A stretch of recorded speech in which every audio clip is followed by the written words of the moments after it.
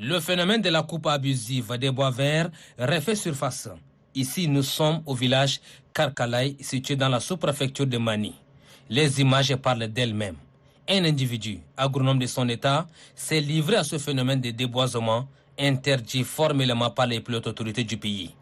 Informé de la situation, le directeur général de la garde forestière et faunique, le général de brigade Boukit Ali Djar, à la tête d'une délégation, s'est rendu sur le lieu pour constater des visu les dégâts causés par ce dernier. Le constat est amer. Cette situation inquiète ce responsable qui vient de prendre service il y a de cela 3 mois. Très touché par cette pratique peu orthodoxe, ce dernier informe que des enquêtes seront diligentées pour situer les responsabilités des uns et des autres.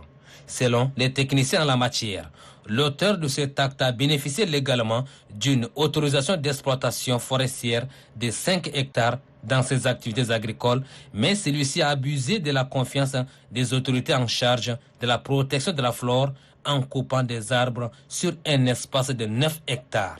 La secrétaire générale de la sous-préfecture de Mani, Senji. Bien sûr que nous allons cultiver, mais ce n'est pas de cette façon qu'on doit le faire. Il faut quand même chercher un agent de l'environnement et un agent qui peut être sur le terrain. Et lui, en tant qu'agent, il connaît son domaine, il connaît son travail. Il peut indiquer quel arbre il faut couper, quel arbre il faut tailler et de quelle façon il faut travailler. Mais ce que je vois ici, vraiment, ça m'a étonné et ça ternit même l'image de la sous-préfecture.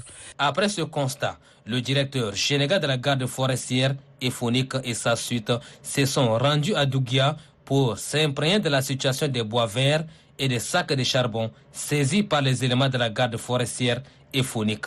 Pour le général de brigade Boukit Ali Djar, ces personnes appréhendées seront traduites devant la juridiction pour répondre de leurs actes.